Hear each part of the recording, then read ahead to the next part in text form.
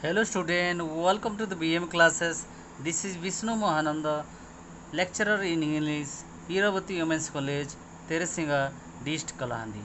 Today I am going to teach you the second approach of the plus 2 second year arts, science and commerce, the famous essay on examination written by the famous person Winston S. Churchill. S. Churchill is one of the most famous person of England. The full name of the writer is Sir Winston Leonard Spencer Churchill. He is one of the most popular person of England. S. Churchill was born in the year 1874 and died in the year 1965. He was the Prime Minister of England twice from the year 1940 to 45 and from the year 1951 to 55.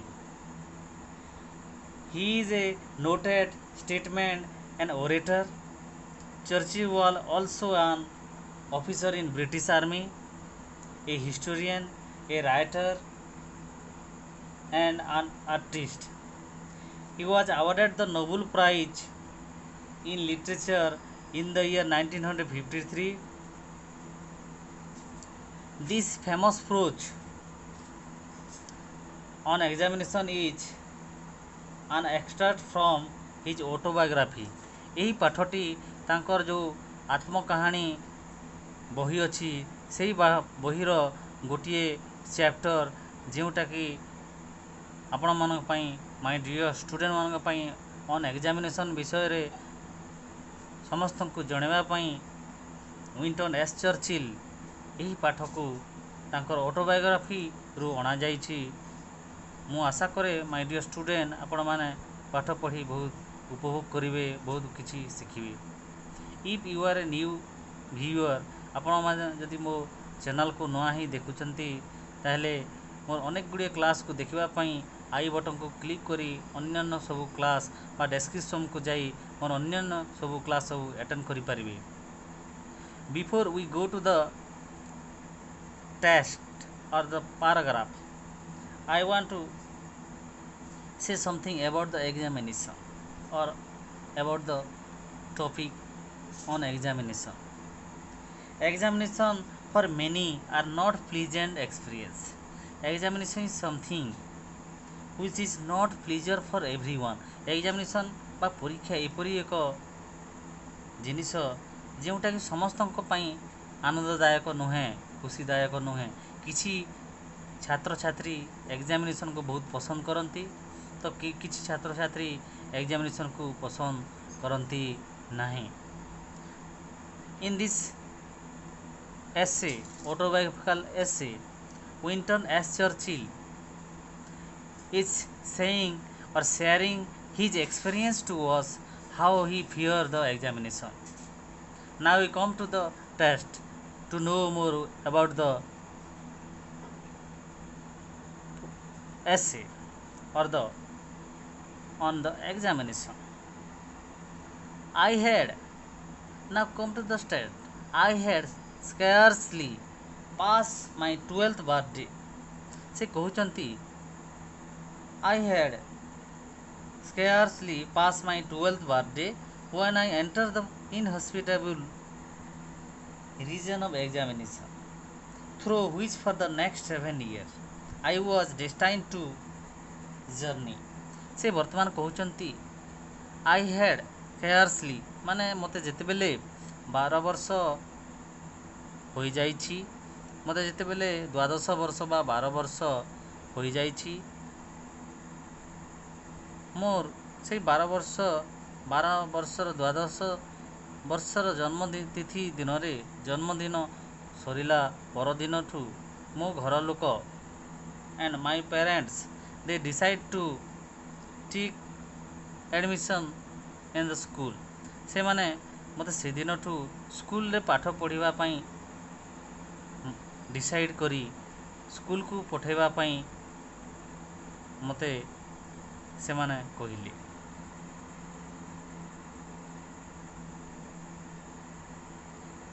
But at that time, if anyone want to take admission in any type of school, there was a entrance exam.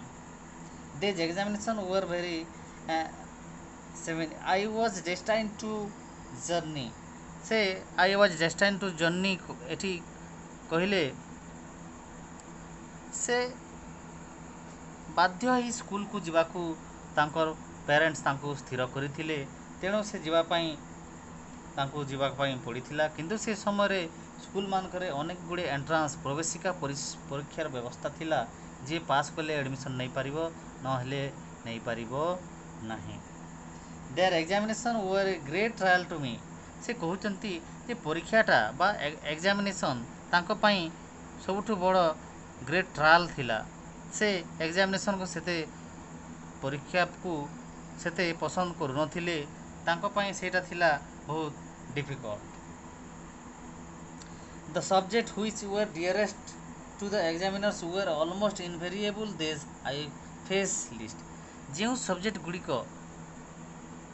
ମୋତେ ଭଲ ଲାଗୁଥିଲା ବା ମୋ favourite subject ଗୁଡ଼ିକ ଯେଉଁଟା ଥିଲା ସେଇ subject ମୋତେ ଏକ୍ଜାମିନେସନ୍ରେ ଫେସ୍ କରିବା ପାଇଁ ଭଲ ଲାଗୁଥିଲା। କିନ୍ତୁ the examiner on the other hand were partially Latin and mathematics and there will prevail. Moreover, the question which they asked on both these subjects were almost invariable, those to which I was unable to suggest a satisfactory answer. କିନ୍ତୁ ଯେଉଁ subject ମୋ ପାଇଁ difficult ଥିଲା, for example Latin and mathematics, ଏଇ ଦୁଇଟା subject ମୋ ପାଇଁ ବହୁତ ଡିଫିକଲ୍ଟ ଥିଲା। ତେଣୁ ଏଇ ଦୁଇଟା ସବଜେକ୍ଟ ମୁଁ ଭଲ ଭାବରେ ଆଟେଣ୍ଡ କରିପାରିନଥିଲି, ଗୋଟେ ସନ୍ତୋଷଜନକ ଆନ୍ସାର ଲେଖିପାରିନଥିଲି। I should have liked to be asked to say what I knew. They always try to ask what I did not know, and when I would have willingly display my knowledge. ସେ ବର୍ତ୍ତମାନ କହୁଛନ୍ତି ମୋତେ ଯେଉଁ subject ଗୁଡ଼ିକ ଭଲ ଲାଗୁଥିଲା ସେଇ subject ମୁଁ ତ କମ୍ ସମୟ ଭିତରେ ବହୁତ ସୁନ୍ଦର ଭାବରେ କରିପାରିଲି। କିନ୍ତୁ ମ୍ୟାଥ୍ ଆଉ ଲାଟିନ୍ ସେଠି ଯେଉଁ ପରୀକ୍ଷକମାନେ ଥିଲେ ସେମାନେ ସେ ମ୍ୟାଥ୍ ଆଉ ଲାଟିନ୍ କରିବା ପାଇଁ ଦେବା ପରେ ମୁଁ ଧୀରେ ଧୀରେ ମୋର ମନ ପରିବର୍ତ୍ତନ ହୋଇ ଚାଲିଥାଏ, କାରଣ ମୋତେ ସେଇ ଦୁଇଟା ସବଜେକ୍ଟ ବହୁତ କଷ୍ଟ ଲାଗୁଥାଏ। And I am very weak in these two subject, so that ମୋତେ ସେଇ ଦୁଇଟା ସବଜେକ୍ଟରେ ମୋ ନଲେଜକୁ ଏକ୍ସପ୍ରେସ୍ କରିବା ପାଇଁ ମୋତେ ବହୁତ କଷ୍ଟ ହେଉଥାଏ। and they sought to expose my ignorance. This sort of treatment had only one result: I did not do well in the examination. So that I did not do well in the examination, କାରଣ ମୁଁ ସେଇ ଦୁଇଟା ସବଜେକ୍ଟରେ ଭଲ sound knowledge ନଥିବାରୁ, ମୁଁ ମୋର ଭଲ touch ହେଉନଥିବାରୁ, ସେଇ ଦୁଇଟା ସବଜେକ୍ଟ ମୋତେ ଡିଫିକଲ୍ଟ ଲାଗୁଥିବାରୁ ମୁଁ ସେଇ ଦୁଇଟା ସବଜେକ୍ଟରେ ପରୀକ୍ଷା ଭଲ କରିପାରିନଥିଲି। କିନ୍ତୁ ମୋର ଯେଉଁ favourite subject are the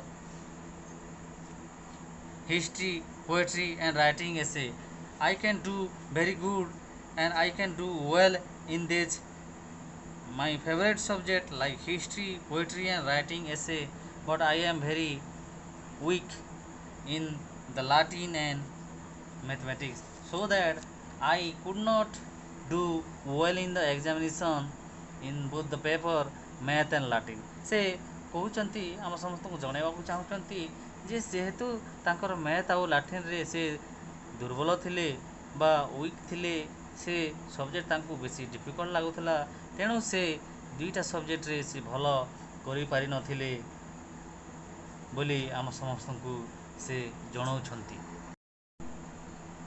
Now come to the next paragraph. This was especially true of my entrance examination to Harrow. এইটা ସେ କବି ବା ସେ ଲେଖକଙ୍କ ଅନୁସାରେ ଏଇ ଏକ୍ଜାମିନେସନଟା ତାଙ୍କ ପାଇଁ ସେଇ ହେରୋରେ ବହୁତ ସ୍ପେଶାଲ ଟ୍ରୁ ସତ୍ୟ ଘଟଣା ଥିଲା। and the headmaster Dr. Weldon however took a broad-minded view of my Latin prose. He showed discernment in judging my general ability। ମୁଁ ଏ ଯେଉଁ ଏଣ୍ଟ୍ରାନ୍ସ ଏକ୍ଜାମରେ ଏପିୟର କରୁଥାଏ ସେହି ସ୍କୁଲର ଯେଉଁ ହେରୋ ସ୍କୁଲର ଯେଉଁ ହେଡ଼ମାଷ୍ଟର ଥିଲେ ଡକ୍ଟର ୱେଲଡନ୍, ସେ ମୋ ପାଇଁ ଜଣେ ଏପରି ଏକ ଭଗବାନ ପରି ବ୍ୟକ୍ତି ଥିଲେ ଯିଏ ମୋ ଏବିଲିଟିକୁ ବୁଝିପାରିଥିଲେ। ଆଣ୍ଡ ହାଉଏଭର ଟୁ ବ୍ରଡ୍ ମାଇଣ୍ଡେଡ଼ ଭ୍ୟୁ, ସେ ଏପରି ଏକ ବ୍ୟକ୍ତି ଥିଲେ, ସେ ଏପରି ଏକ ବ୍ରଡ୍ ମାଇଣ୍ଡେଡ଼ ଥିଲେ ଯିଏ ମୋର ଏବିଲିଟି, ମୋର ଜେନେରାଲ ଏବିଲିଟିକୁ ସେ ଜଜ୍ କରିପାରିଥିଲେ ବୋଲି ଲେଖକ ଏଠି ଏସ୍ ଚର୍ଚ୍ଚିଲ୍ କହୁଛନ୍ତି। This was the more remarkable because I was found unable to answer a single question in the Latin paper. ଏଇଟା ପ୍ରକୃତରେ ଡିଫିକଲ୍ଟ ଥିଲା, ଯେଉଁଟାକି ମୁଁ ସେ ଲାଟିନ୍ ପେପରରେ କୌଣସି ଆନ୍ସର୍ର କୌଣସି କ୍ୱେଶ୍ଚିନ୍ର ଆନ୍ସର୍ ଦେବା ପାଇଁ ମୁଁ ଅସମର୍ଥ ଥିଲି। I unable to answer a single question, ସେଠି ଯେଉଁ ଯେତେ ବି କ୍ୱେଶ୍ଚିନ୍ ଥିଲା ଗୋଟିଏ ହେଲେ କ୍ୱେଶ୍ଚିନ୍ର ଆନ୍ସର୍ ମୁଁ ଦେବା ପାଇଁ ସକ୍ଷମ ନଥିଲି। I wrote my name at the top of the page, ମୁଁ ସେଇ ଲାଟିନ୍ ପେପରର ଟପ୍ରେ କେବଳ ମୋର ନାଁ ଲେଖିଥିଲି। I wrote down the number of question, ସେଠି ଯେତେ ବି କ୍ୱେଶ୍ଚିନ୍ ଥିଲା ସେ କ୍ୱେଶ୍ଚିନ୍ ମାନଙ୍କର କେବଳ ମୁଁ ନମ୍ବର ଦେଇଥିଲି, ଆଉ ମୁଁ ସେଠି କୌଣସି ପ୍ରକାର ଆନ୍ସର୍ ଲେଖିପାରିନଥିଲି ବୋଲି ଲେଖକ ଏଠି ଆମ ସମସ୍ତଙ୍କୁ କହୁଛନ୍ତି। After much reflection I put a bracket round the thus, ସେ ଏଠି ଗୋଟେ ସିଙ୍ଗିଲ୍ ବାଡ଼ିଟିଏ ଦେଇ ସେ ବାଡ଼ିକୁ ସେ ଇନଭର୍ଟେଡ୍ କମା ଦେଇ ତାଙ୍କୁ ବ୍ରାକେଟ୍ ଦେଇ ସେ ସେଇ ପେପରରେ ଏପରି କାନ୍ଦିଥିଲେ ତା ଲୁହରେ ସେଇ ପେପର ଅଧା ଭିଜା ହେଇ ଯାଇଥିଲା। But thereafter I could not think of anything connected with it that was either relevant of true. ସେ ଭାବୁଥିଲେ ସେଠି ଯେଉଁ ସେଇ ଆନ୍ସର୍ ସିଟ୍ ସବମିଟ୍ କଲା ପରେ ସେଇ ଆନ୍ସର୍ ସିଟ୍ ସହିତ ସେଇଟା କ'ଣ ଯେ କନେକ୍ସନ୍ ଥିଲା ସେ ଜାଣିପାରିନଥିଲେ। ଆଉ ସେ ଭାବୁଥିଲେ କ'ଣ ହେବ ମୁଁ ପାସ୍ କରିବି ନା ଫେଲ୍ କରିବି, ସେ ଥିଙ୍କିଂ କରୁଥିଲି। Incidentally, there arrived from nowhere in the particular a blot of several smokes. I gazed for 2 whole hours at this sad spectacle। ମୁଁ ସେହି ଲାଟିନ୍ ପେପରରେ 2 ଘଣ୍ଟା ଧରି ବହୁତ ଚେଷ୍ଟା କଲା ପରେ ମଧ୍ୟ ମୁଁ କୌଣସି ସାଟିସ୍ଫ୍ୟାକ୍ଟୋରି ଆନ୍ସର୍ ବା କୌଣସି ଯେଉଁ ଯେତେ ବି କ୍ୱେଶ୍ଚିନ୍ର ଆନ୍ସର୍ କୌଣସି ସିଙ୍ଗଲ୍ କ୍ୱେଶ୍ଚିନ୍ର ଆନ୍ସର୍ ମୁଁ ଦେଇପାରି ନଥିଲି ଏବଂ ମୁଁ I gaze to whole 2 hours ବୋଲି ସେ କହିଛନ୍ତି।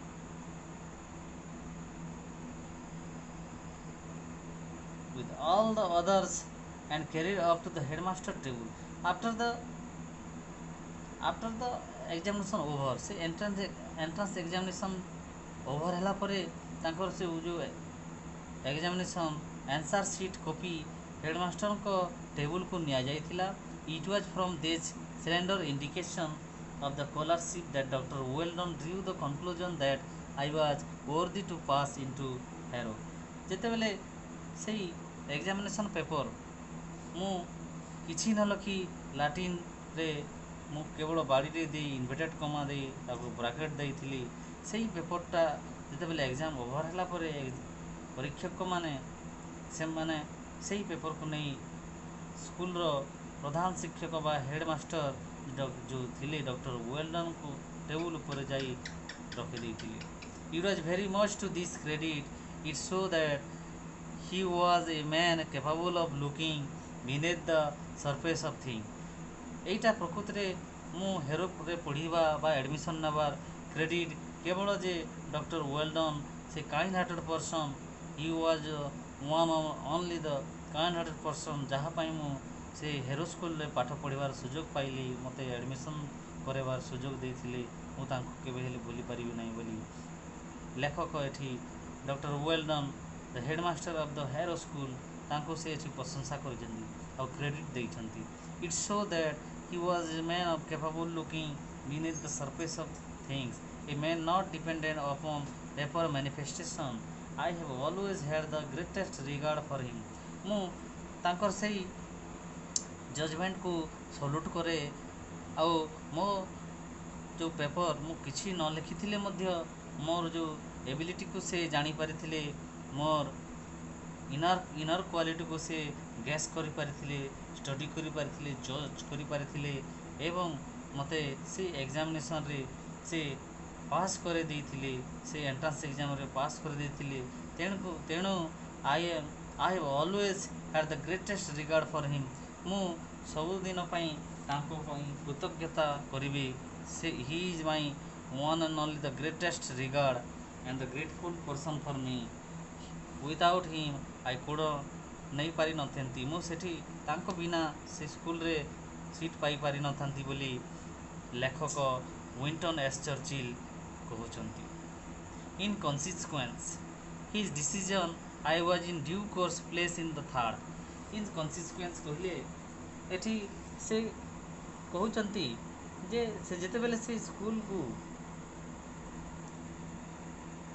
ଏଣ୍ଟ୍ରାନ୍ସ ଦେବା ପାଇଁ ଯାଇଥିଲେ, ସେଠି ଯାହା ଯାହା ହେଇଥିଲା ତା ଆଗରୁ ଆମେ କିଛି ଡିସ୍କସନ୍ କରିସାରିଛୁ ଏବଂ ସେ ସ୍କୁଲରେ ଏଡ଼ମିସନ୍ ପାଇବାର ଭଳିଆ ତାଙ୍କ ପାଖରେ କେପାବୁଲିଟି ନଥିଲା, କିନ୍ତୁ ସେ ସେଇ ସ୍କୁଲର ଯେଉଁ HM ବା ହେଡ଼ମାଷ୍ଟର ଡକ୍ଟର ୱେଲନଙ୍କ ଦୟାରୁ ସେ ସେଠି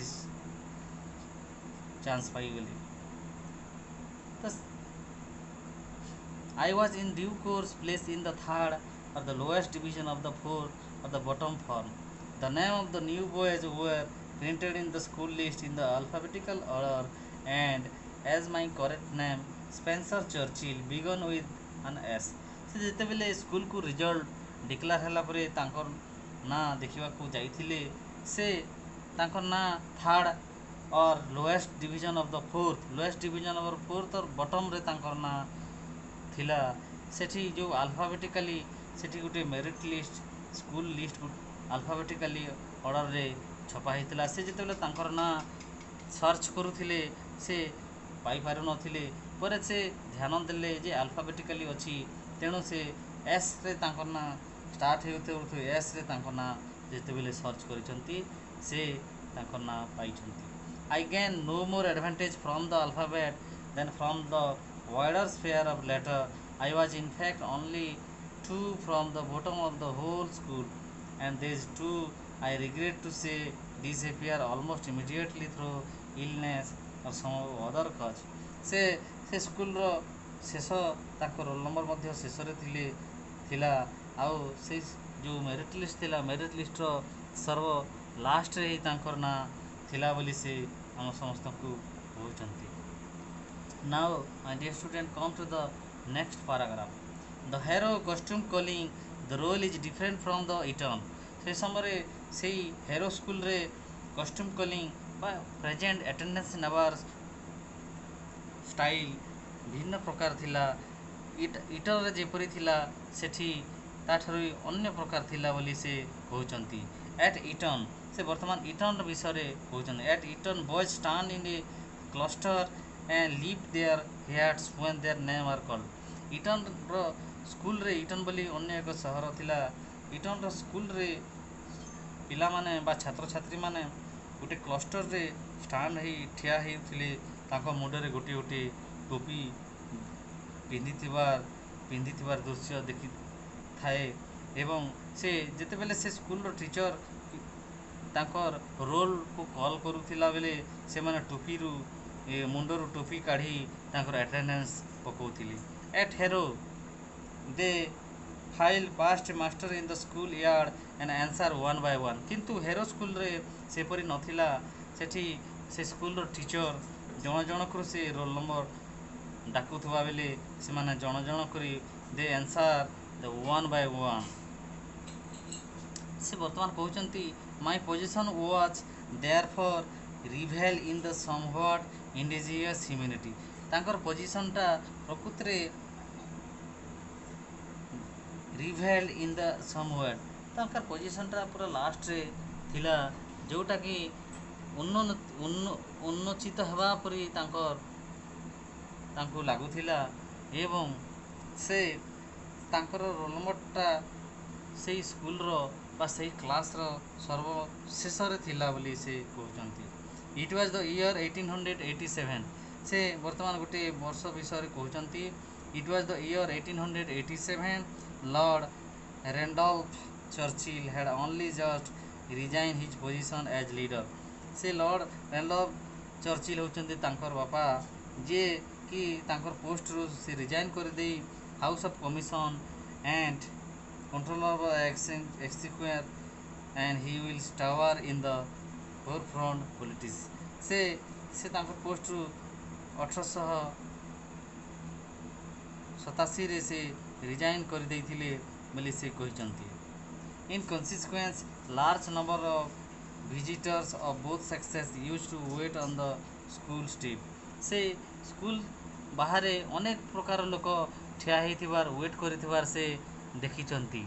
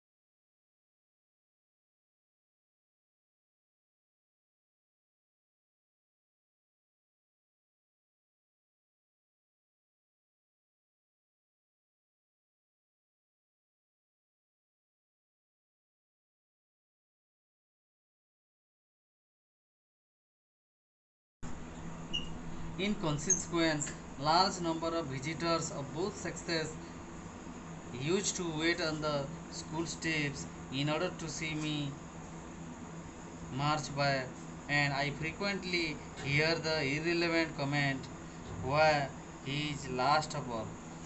ଏଠି ସେଇ ସ୍କୁଲରେ ଅନେକ ଗୁଡ଼ିଏ ଭିଜିଟର୍ସ, ବିଭିନ୍ନ ଗାର୍ଡ଼ିଆନ୍ ପ୍ୟାରେଣ୍ଟସ୍ ମାନେ ଆସୁଥାନ୍ତି, ଆଉ ବିଭିନ୍ନ ଉଭୟ ମହିଳା ଆଉ ପୁରୁଷ, both the men and women were wait on the school steps ବା ସ୍କୁଲ ବାହାରେ ଯେଉଁ ପାହାଚ ଥିଲା ସେଠି ଅପେକ୍ଷା କରିଥାନ୍ତି ଏବଂ ମୋତେ ସମସ୍ତେ ଦେଖୁଥାନ୍ତି ମୁଁ କାହିଁକି ସମସ୍ତଙ୍କ ପଛରେ ଏବଂ ମୁଁ ସମସ୍ତଙ୍କ ଲାଷ୍ଟରେ କାହିଁକି ଅଛି ବା ସବୁବେଳେ କାହିଁକି ଲାଷ୍ଟରେ ରୁହେ ବୋଲି ସମସ୍ତେ ମୋ ବିଷୟରେ ଜାଣିବା ପାଇଁ, ମୋତେ ଦେଖିବା ପାଇଁ ମୁଁ ଅନ୍ୟ ଲୋକମାନଙ୍କର ଠାରୁ ଶୁଣିଛି ଯେ ସେମାନେ ସମସ୍ତେ ମୋତେ ଦେଖିବା ପାଇଁ ମୋ ପ୍ରତି କମେଣ୍ଟ କରୁଥିବାର କଥା ମଧ୍ୟ ମୁଁ ଶୁଣିଛି ବୋଲି ଏଠି ଲେଖକ ଏସ୍ ଚର୍ଚ୍ଚିଲ୍ କହିଛନ୍ତି। ପ୍ରକୃତରେ ଏସ୍ ଚର୍ଚ୍ଚିଲ୍ କିପରି ଏକ ବ୍ୟକ୍ତି ଥିଲେ ଆମେ ତାଙ୍କର ଏହି ପାଠରୁ ଆମେ ଜାଣିପାରିବା। ସେ ପ୍ରକୃତରେ ସେଇ ପାଠରେ ସେଇ ହେରୋ ସ୍କୁଲରେ ପଢ଼ିବା ଭଳି ତାଙ୍କର ଦକ୍ଷତା ନଥିଲେ ମଧ୍ୟ ସେଠିକାର ଯେଉଁ HM ଥିଲେ ବା ହେଡ଼ମାଷ୍ଟର ଥିଲେ, ଯିଏକି ତାଙ୍କର ଏବିଲିଟିକୁ ଜାଣିପାରି ସେ କିଛି ନ ଲେଖିଥିଲେ ମଧ୍ୟ ତାଙ୍କୁ ପାସ୍ କରାଇ ଦେଇଥିଲେ ଏବଂ ସେଇ ସ୍କୁଲରେ ପଢ଼ିବାର ସୁଯୋଗ ତାଙ୍କୁ ମିଳିଥିଲା।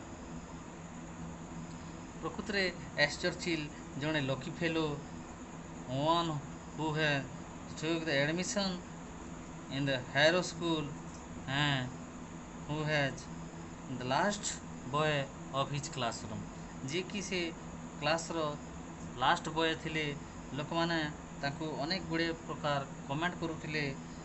विभिन्न विजिटर्स माने जो माने स्कूल रो बाहर जो स्टेप थिला से स्टेप्स रे ठिया है यही विंस्टन एस चर्चिल को देखिबा पई रहुथिले एवं तांकू अनेक गुड़े कमेंट मध्य सुनिबा को मिलुथिला। आउ लोक माने तांकू विभिन्न प्रकार क्वेश्चन करुथिले why he is last of all, से काहेकि सेठी एते शह शह छात्र छात्री मध्यरु शेष छात्र कहीं थिला, समस्त लास्ट से केमती आसुथिला, समस्त लास्ट रे से कहीं बसुथिला, ये विषय सब जानापी अनेक प्रकार विजिटर्स विभिन्न आसीथिबा परिदर्शक दर्शक माने ऑडियंस माने गार्डियन पेरेंट्स माने मध्य तांको विषय जानापी अनेक गुरे प्रश्न करुथिले एवं तांको किसी लोक माने उपहास मध्य करुथिले बोली लेखक आमर यही लास्ट आंजारे फास्ट यूनिट्र लास्ट आंजारे कही।